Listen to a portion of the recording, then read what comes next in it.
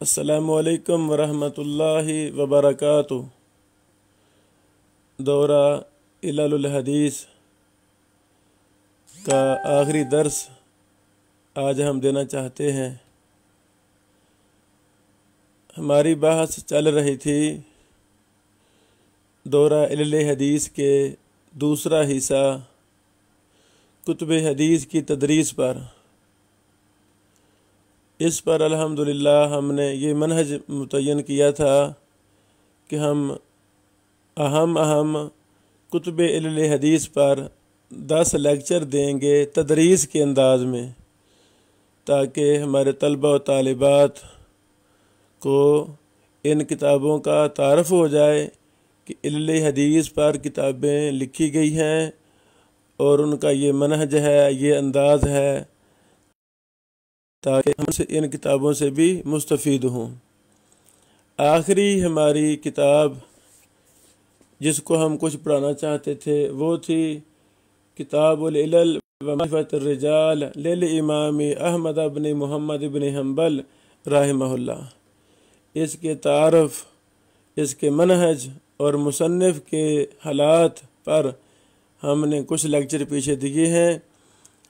اس پر بھی ہم 10 لیکچر اپنے مکمل کرنا چاہتے تھے، طبیعت کی خرابی کی وجہ سے وہ نامکمل ہوئے، مکمل نہ ہم کر سکے۔ ابھی بھی طبیعت ناساز ہے۔ اللہ تعالیٰ مجھے اور تمام امت مسلمہ کو مکمل شفا عطا فرمائے۔ کچھ ضروری سفر بھی تھے، دروس کے حوالہ سے میں نہیں کہیں جاتا، لیکن کچھ ساتھیوں نے مجبور کیا، دوسرے شہروں میں مجھے جانا پڑا رمضان کے آخر میں، اس وجہ سے وقت نہ مل سکا۔ تو آج ہم کتاب العلل و معرفت الرجال پر ایک درس دینا چاہتے ہیں۔ کچھ حدیثیں پڑھتے ہیں اس مبارک کتاب سے۔ جیسا کہ ہم نے کتاب العلل کے منہج پر جو تیسرا تھا، اس میں ہم نے یہ بات واضح کر دی تھی کہ امام احمد بن حنبل رحمہ اللہ اس مبارک کتاب میں روات پر بڑی زیادہ بحث کرتے ہیں۔ کتاب کا نام ہے علل الحدیث و معرفت الرجال۔ اس کا مطلب ہے کہ رجال پر بھی اس پہ بڑی زیادہ بحثیں ہیں۔ اور دوسری بات کہ امام احمد رحمہ اللہ اس کتاب میں ہر حدیث پر علت کے انداز میں بحث نہیں کرتے، بلکہ کتنی روایتیں ہیں وہ بس لکھ دی ہیں اور ان میں علت پر بحث نہیں کی۔ کہ یہ کہ مقاصد ہیں کہ وہ علت واضح ہے، ظاہر ہے، ہر اس فن کا ماہر وہ سند پڑھے گا، فوراً وہ بتا دے گا اس میں یہ علت ہے، یہ علت ہے۔ اور لیکن اس کے باوجود بہت زیادہ احادیث پر امام احمد بن حنبل رحمہ اللہ نے علل پر بحث کی ہے کہ اس سند میں، اس متن میں یہ علت ہے۔ تو جن میں امام احمد بن حنبل رحمہ اللہ نے بات کی ہے علت کی، اس پر کچھ مثالیں ہم پیش کرنا چاہتے ہیں۔ یہ ہمارے سامنے العلل احمد بن محمد بن حنبل رحمہ اللہ ہے، طبع دار القبس لنشر و توزیع الریاض، حدیث نمبر 42 اور صفحہ نمبر 147 ہے۔ اب ایسے سمجھیں کہ حدیث نمبر 42 سے پہلے 1 سے لے کر 41 تک یہ کوئی ایسی حدیث ہمیں نہیں ملی جس میں امام محمد رحمہ اللہ نے حدیث کی سند یا متن میں علت بیان کی ہو۔ اللہ اکبر۔ اور وہ علل بالکل واضح ہیں، وہ علل بالکل واضح قسم کی ہیں۔ یہ 31 نمبر، یہ روایت 31 نمبر میں بھی امام احمد رحمہ اللہ نے ایک علت کی طرف اشارہ کیا ہے۔ امام عبداللہ رحمہ اللہ، امام احمد صاحب کے بیٹے، فرماتے ہیں سمیعت ابی یقول الحسن العرانی لم یسمع من ابن عباس شیئن۔ اسی طرح 32 نمبر روایت میں فرمایا سمیت ابی یقول خیسمہ لم یسمع من عبد اللہ بن مسعود شیئا وروا عن الاسود عن عبد اللہ. اللہ اکبر. یہ سماع کے حوالہ سے. بہرحال جو ہمارے پیش نظر ہے وہ ہے 42 نمبر حدیث. امام عبداللہ بن احمد فرماتے ہیں حدثنی ابی، مجھے میرے باپ نے بیان کیا. قال حدثنا وکی قال حدثنا الاوزاعی عن موسیٰ بن سلیمان عن القاسم بن مخیمرہ، یہ لفظ مخیمرہ ہے، عن القاسم بن مخیمرہ قال مثل الذی یتخطی رکاب الناس یوم الجمعہ والامام یخطب مثل الذی یتخطی رکاب الناس. قال ابی کان فی نسختنا سلیمان بن موسیٰ فقال وکی موسیٰ بن سلیمان. اللہ اکبر. امام احمد بن حنبل رحمہ اللہ نے یہ حدیث بیان فرمائی. اس کے آخر میں کہا کہ تھا سلیمان بن موسیٰ، ہمارے نسخہ میں سلیمان بن موسیٰ تھا، تو وکیع رحمہ اللہ نے کہا موسیٰ بن سلیمان. سبحان اللہ. یعنی علت کی طرف، ایک غلطی کی طرف امام احمد بن حنبل رحمہ اللہ اشارہ فرما رہے ہیں کہ ہمارے نسخہ میں سلیمان بن موسیٰ تھا، جبکہ وکیع رحمہ اللہ نے جب یہ حدیث ہمیں بیان کی تو انہوں نے موسیٰ بن سلیمان کہا. اللہ اکبر. اسی طرح حدیث نمبر 44 میں بھی علت کی طرف اشارہ ہے. امام احمد فرماتے ہیں، امام احمد کے بیٹے عبداللہ فرماتے ہیں سمیت ابی یقول حدثنا وکیع قال حدثنا عیسیٰ بن حفص بن عاصم ام عبید اللہ بن عمر قال ابی لم یسمع وکیع من عبید اللہ بن عمر شیئا. یہ بیان کرنے کے بعد امام احمد بن حنبل نے فرمایا کہ وکیع نے عبید اللہ بن عمر سے کچھ نہیں سنا. اللہ اکبر. اسی طرح حدیث نمبر 45 میں فرمایا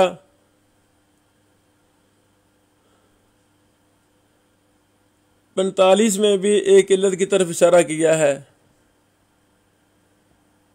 اسی طرح 47 نمبر حدیث میں بھی ایک علت کی طرف اشارہ کیا ہے، وہ ہم پڑھنا چاہتے ہیں. امام عبداللہ فرماتے ہیں قال حدثنی ابی قال حدثنا وکیع قال حدثنی داؤد بن سوار عن عمرو بن شعیب عن ابیہ عن جدہ قال قال رسول اللہ صلی اللہ علیہ وسلم مروا صبیانکم بالصلاۃ اذا بلغوا سبعا. مشہور حدیث کہ بچوں کو نماز کا حکم دو جب وہ 7 سال کی عمر کو پہنچ جائیں. یہ حدیث مسند امام احمد وغیرہ دیگر کتب حدیث میں ہے اور صحیح ہے. ارواء الغلیل جلد نمبر 1 صفحہ نمبر 266 میں تفصیل آپ دیکھ لیں. یہ حدیث بیان کرنے کے بعد امام احمد بن حنبل فرماتے ہیں قال ابی، عبداللہ کہتے ہیں کہ میرے باپ احمد بن حنبل رحمہ اللہ نے کہا خالفوا وکیعا فی اسم ھذا الشیخ، کہ راویوں نے مخالفت کی ہے وکیع کی اس شیخ کے نام میں. وہ کون سے شیخ؟ یعنی داؤد بن سوار. قال ابی، میرے باپ نے کہا، وقال طفاوی، اور طفاوی محمد بن عبد الرحمن اور البرسانی نے کہا سوار ابو حمزہ. اللہ اکبر. یعنی راوی کے نام کے بارے میں اختلاف ہوا ہے تو امام محمد بن حنبل رحمہ اللہ اس اختلاف کو حل فرما رہے ہیں کہ کچھ راویوں نے داؤد بن سوار کہا ہے اور یعنی وکی نے جب بیان کیا تو وکی نے داؤد بن سوار کہا، جبکہ وکی کے علاوہ دیگر روات نے انہوں نے اس کا نام سوار ابو حمزہ قرار دیا۔ اللہ اکبر۔ اس طرح کی دیگر کی ایک مثالیں کتاب العلل و معرفت الرجال میں ملتی ہیں۔ ابھی ہمارے سامنے ایک اور حدیث ہے اس مبارک کتاب کی، حدیث نمبر 67۔ امام عبداللہ فرماتے ہیں، قال حدثنی ابی قال حدثنا یحییٰ بن ابی بکیر قال حدثنا حماد بن سلمہ عن علی بن زید قال کان ثلاثۃ من اصحابہ اذا سمعوا الحدیث رفعوہ الحسن وابو العالیہ وذکر رجل آخر۔ اللہ اکبر۔ کہ امام احمد بن حنبل رحمہ اللہ نے فرمایا، ہمیں یہ حدیث یحییٰ بن ابی بکیر نے بیان کی، اس نے کہا ہمیں حماد بن سلمہ نے وہ علی بن زیاد سے بیان کرتے ہیں۔ علی بن زیاد سے مراد مشہور راوی علی بن زید بن عبداللہ بن زہیر بن جدعان، یہ ضعیف راوی ہیں۔ انہوں نے کہا کہ نبی علیہ الصلوۃ والسلام کے صحابہ میں سے تین ایسے صحابہ کرام تھے، یعنی علی بن زید کہتے ہیں ان کے شاگردوں میں تین ساتھی تھے، صحابہ کرام نہیں مراد، استغفر اللہ۔ کان ثلاثہ من اصحابہ، ان کے ساتھیوں میں سے شاگردوں میں سے تین ایسے تھے، جب وہ حدیث کو بیان کرتے تو اس کو مرفوع بیان کر دیتے تھے۔ اللہ اکبر۔ پہلے الحسن،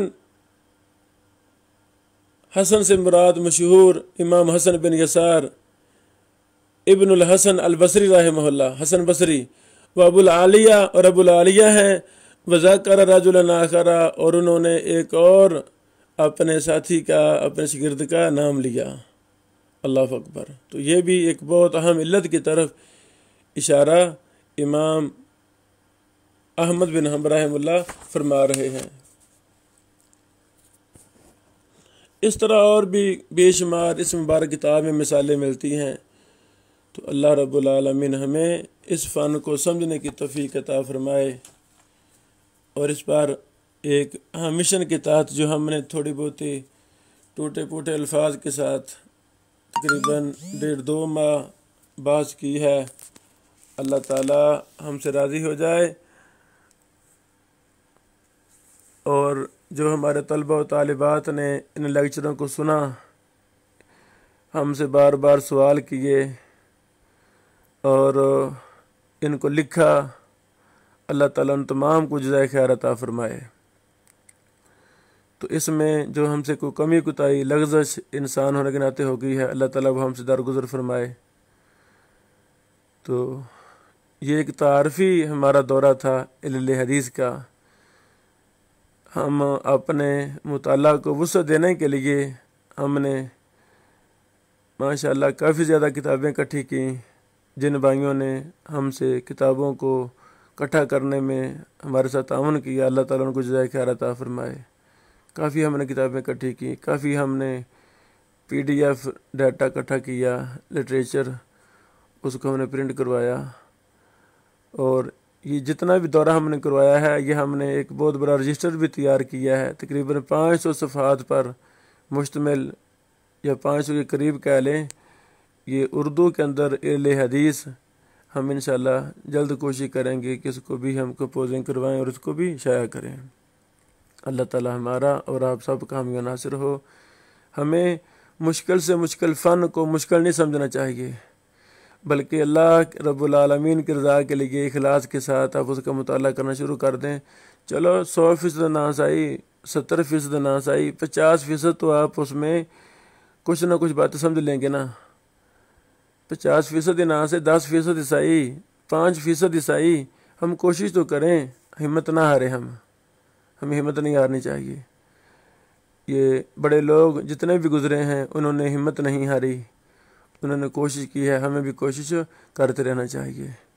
تو علوم حدیث پر یہ ہمارا کوئی تقریباً 12واں دورہ ہے علم حدیث کا۔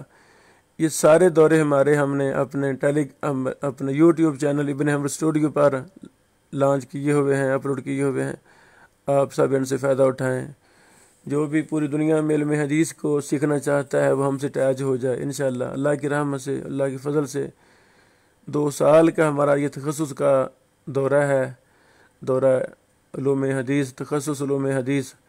تو اس میں ہم نے پارٹیشن کی ہے، تقسیم کی ہے انشاءاللہ۔ کافی زیادہ طلبہ و طالبات نے سے فائدہ اٹھایا ہے، آپ بھی فائدہ اٹھائیں۔ اللہ تعالی ہم سے راضی ہو جائے اور اس طرح کے ہمارے چھوٹے چھوٹے اعمال کو ہمارے لیے، ہمارے والدین کے لیے، ہمارے اساتذہ کے لیے اور ہمارے معاونین کے لیے صدقہ جاریہ بنائے۔ قیامت کے دن اللہ تعالی ہمیں محدثین کے سامنے کھڑا فرمائے۔ قیامت والے دن حدیث کا دفاع، منہج محدثین کا دفاع کرنے والوں کے زمرہ میں اللہ تعالی ہمیں شریک فرمائے اور رسول اللہ صلی اللہ علیہ وسلم کے خدام میں ہمارا شمار فرمائے۔ قبر، حشر، نشر، تمام معاملات میں اللہ تعالی ہمیں کامیابی عطا فرمائے اور آخر جنت الفردوس میں ہمارا ٹھکانہ نصیب فرمائے۔